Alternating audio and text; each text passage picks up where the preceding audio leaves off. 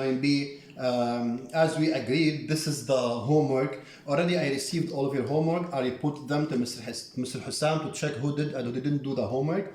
Here is the solution. I'm going to deal with them as I used to deal at a class. We are going to solve all of them step by step.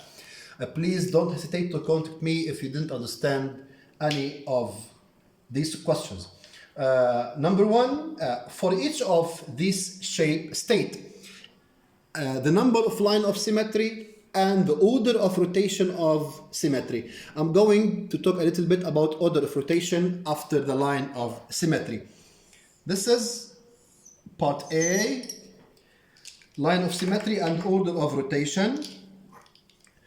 They have one line of symmetry, one line of symmetry, and one order of rotation. This is the line of symmetry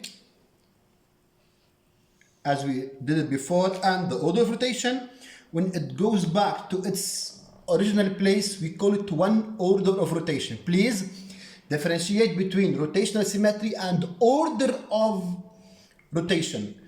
If it doesn't have any rotational symmetry till it goes back to its original position, so it has one order of rotation of symmetry. We are trying to ignore rotational symmetry. We are going to concentrate more and more in order of rotation of symmetry. That's part A. If we go to part B, this is a semicircle. It has one line of symmetry. If we overlap this, they will be overlapped, and also one rotational order of rotational symmetry. It goes back to its original place. That's part B. 1 and 1.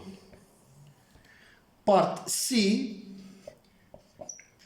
it's a regular hexagon. No, it's not a regular hexagon. Have a look here, guys. This does not equal to that, so it's not a regular hexagon. I'm going to sketch this hexagon here. How many lines of symmetry do I have? This is the first one. That's the second one. I have two lines of symmetry. If I overlap this, they will be overlapped each other, and from this side, if I overlap them, they will be overlapped. How many rotational symmetry? If I try to rotate the figure, first time I will get here, then is the second time. So two order of symmetry, one line of symmetry, and two order of two order of rotation, rotational symmetry. Now I'm going to do part D, which is a H shape. Look here, guys, how many lines of symmetry we might have. Let's go back to the definition. This is, if I cut it here, it will be overlap. That's the first line of symmetry. Let's check this. They are equal here. It's not accurate in my figure. If I did it like this, also I can overlap them, so it has two line of symmetry. How many order of rotation?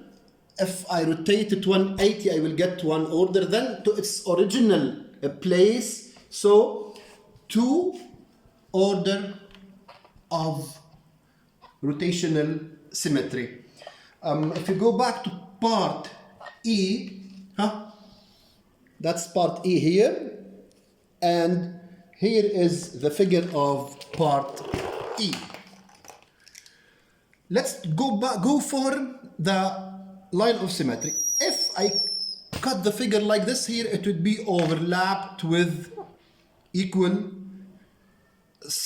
dimensions. And if I did it like this, also I can overlap them over each other. What if I try to cut them like this? Use this black one. Also it would be overlapped with each other. What if I try to cut them with the original one, which is the green here? Also it could be overlapped. So 4 line of symmetry. I will try to erase it for the rotational symmetry to check it. Look guys, that's the original position. Have a look here. Look at them. That's the original position. I will start rotate them in a first time. I got the same one, first order of rotation. Now I got the second order. Again, the third order and the fourth, which is the original one. So it has four orders of rotational symmetry. If you want them to cut them, look, this is, here is the first shape.